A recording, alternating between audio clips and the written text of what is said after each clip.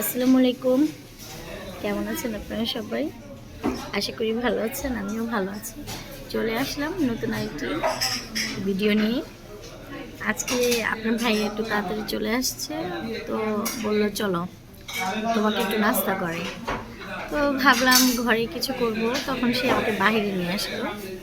আমার চিকেন চাপ খেতে খুব পছন্দ, এই কারণে উনি বললো সন্ধ্যার নাস্তাতে তোমাকে চিকেন চাপ আর জিলাপি যে পরোটাটা ওইটা পেঁচানো।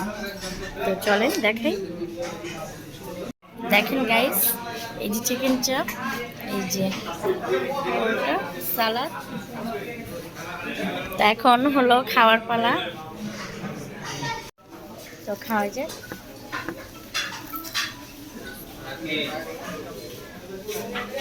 বিসমিল্লাহ।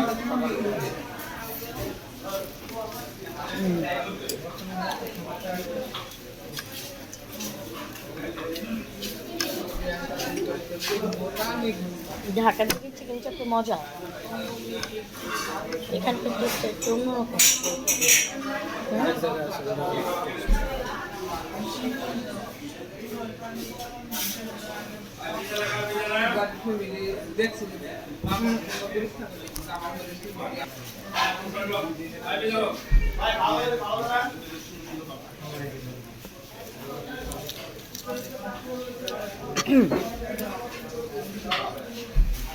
আপনাদের ছেড়েই খাচ্ছি,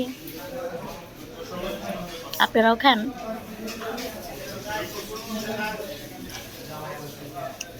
আমি আসতেই চাইনি, তুমি আমাকে জোর করে নিয়ে আসছো, সমস্যা নেই।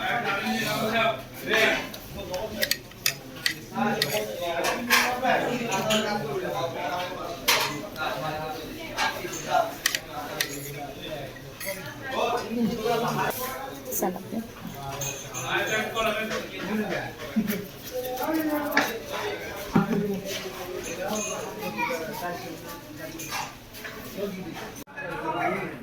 তারপরে ভেঙে আমাদের খাবার দাবার শেষ। দেখেন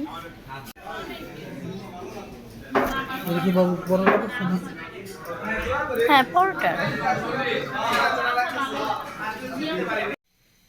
এই তো চলে আসলাম বাসায়, ওখান থেকে খাওয়া দাওয়া করে আসছি। এখন রাতে রান্নাবান্না করব, তো চলেন দেখা যাক কী রান্না করি। গাইস, আমি যে এখানে আমার ফ্রাই প্যানটা বসিয়ে দিয়েছি, আমি এখন মাছ ভাজি করব। আজকে রান্না হলো এই যে পেঁয়াজ, রসুন, কাঁচামরিচ, ধনিয়া পাতা, আর এখানে হলো মাছ ভুনা করব, লাউ শাক ভাজি করব, আর করলা ভাজি করব। সো আমার গরম হয়ে গেছে। তো গাইস, আমার তেল গরম হয়ে গেছে, আমি এখন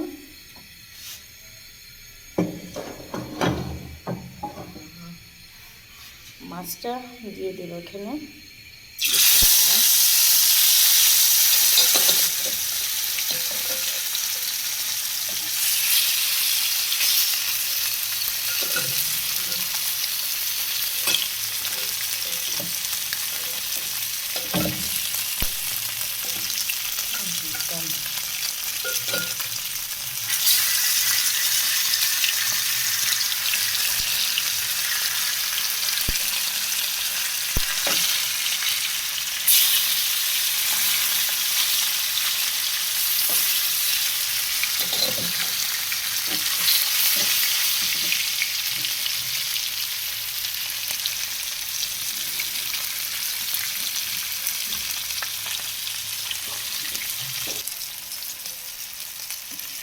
মাছটা ভাজা হয়ে গেছে,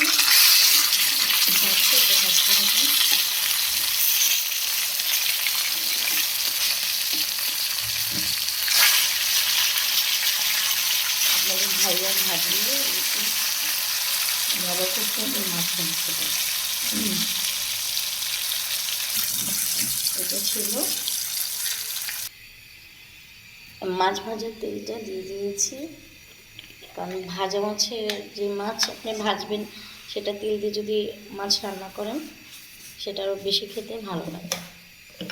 তো আমি এই মুহূর্তে দিয়ে দিলাম তেল তেলটা গরম হোক। আর মাছ যেহেতু ভুনা করবে এই কারণে তেলের পরিমাণটা একটু বেশি।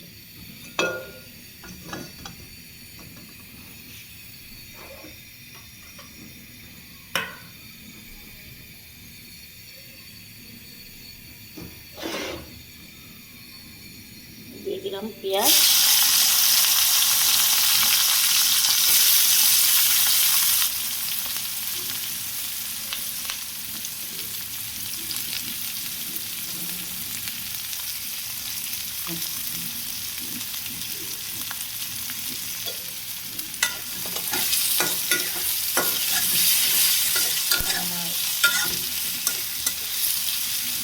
আপনাদের ভাইয়া কি সুন্দর ধরেছে দেখেন, আমাকে হেল্প করতেছে।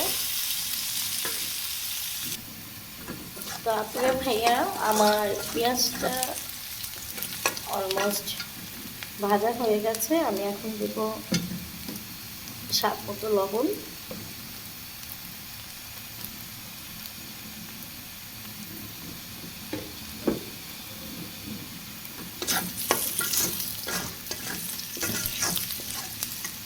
এরপরে দেব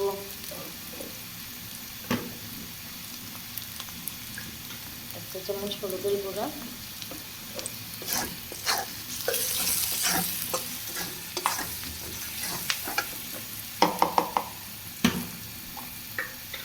এরপরে দেব মরিচের গুঁড়া।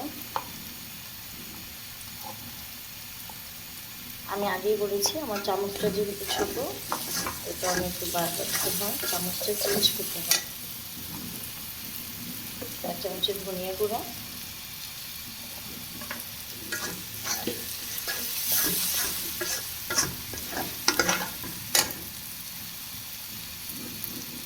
আদা রসুন বাটা,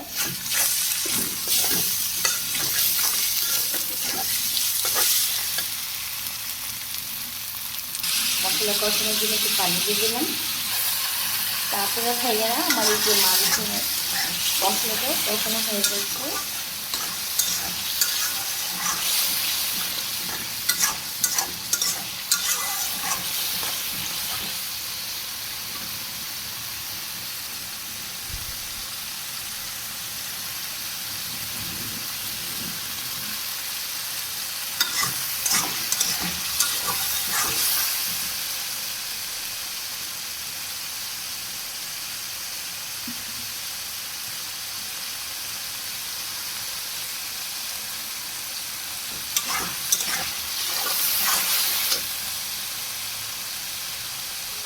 দেখতে পাচ্ছেন আমার মশলাটা কষানো হয়ে যাচ্ছে।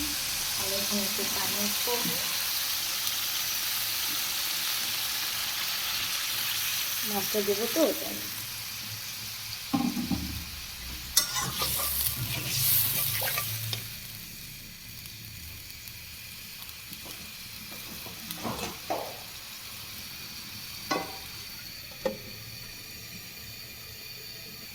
তারপরে ভাইয়েরা এটা বলক উঠে গেছে, আমি এখন মাছটা দিয়ে দেবো।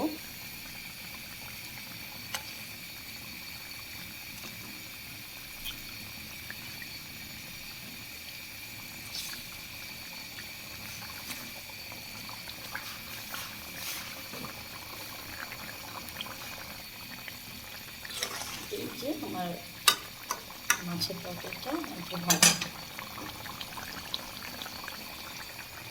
দেখতেই পাচ্ছেন আপনাদের ভাইয়া দেখেন এই যে কি মানে ওনার বাহানা খুঁজে শুধু হেল্প করার জন্য।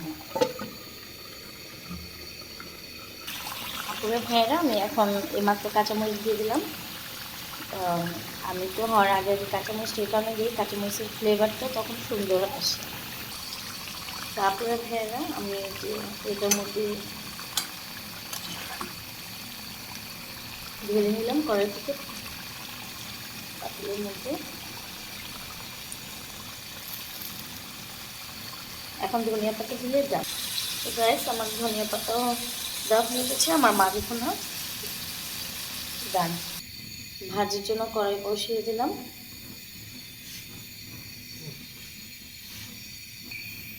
আপুরা ভাইয়ারা এই যে তেল, ভাজির জন্য তেল দিয়ে নিলাম।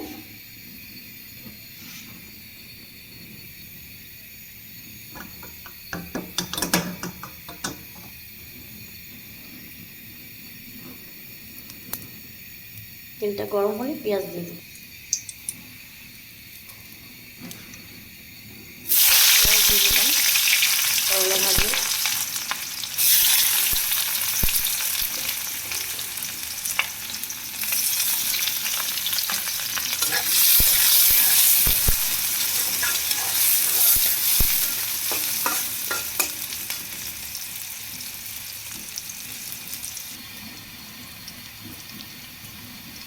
লবণ দিয়ে দিলাম,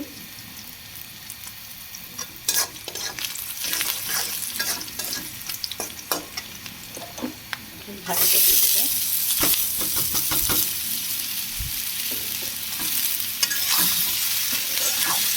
আপনারা ভাতটা সাদা ভাজি করবো, এখানে কোনো প্রকারের হলুদ ব্যবহার করবো না, শুধু পেঁয়াজ আর কাঁচা মরিচ।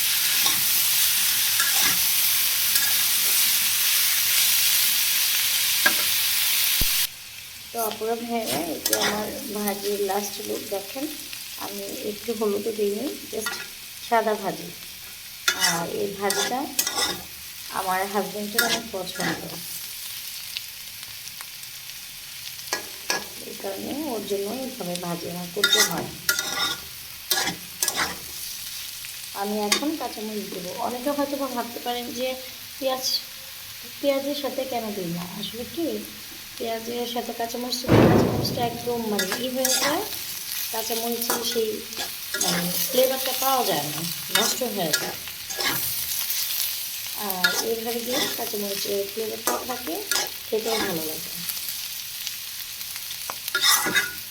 আসলে ঠিক কীরকম ভাবে জানি না, বাট আমার কাছে এভাবে ভালো লাগে। আমি এভাবে মানে দিই।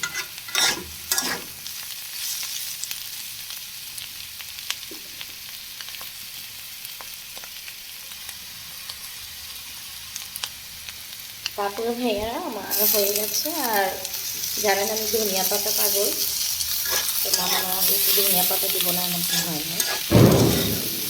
আমার হাজবেন্ড আসলে পছন্দ করে না, বুঝা যায়। আমাকে বলে নাই, তারপরে মানে বুঝি ভালো লাগে।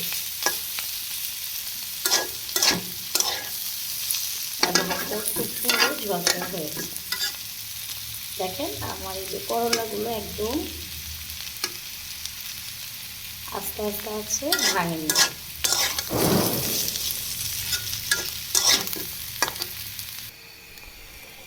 আপনারা ভেবে যে আমার লাউ শাক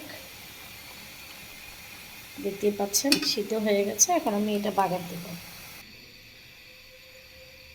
তারপরে ভাইয়ারা আমি এখন লাউ শাকের জন্য দিয়ে দেব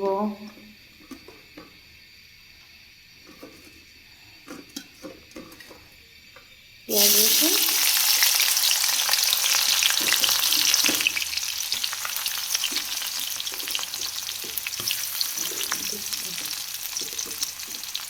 আর একটু হালকা লবণ।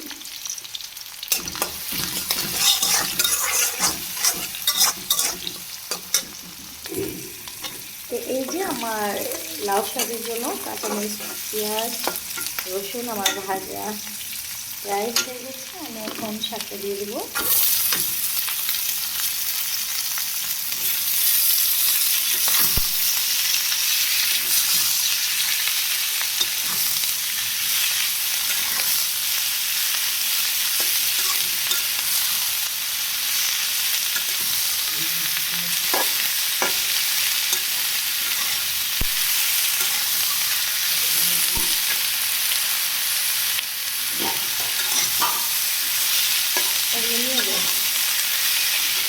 ভাইয়া আমাদের সংসার সবটাকে এখন ভাইয়াও হেল্প করে। আমার পেটটা হঠাৎ করে ব্যথা করতেছে, বাইরে থেকে আসার পরে হয়তো বা খাবারের কারণে কিনা বলতে পারি না। আমি সন্ধ্যাবেলা বাইরে যেতে চাই না, আমাকে জোর করে নিয়ে গেল।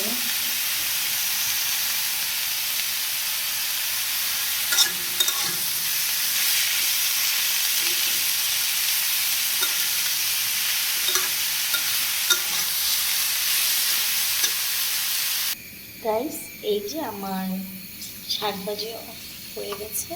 দেখেন কতটুকু, একদম একটু হয়ে গেছে। তো আপুরা ভাইয়ারা, আমার রান্নার ভিডিওটা তো দেখলেনই।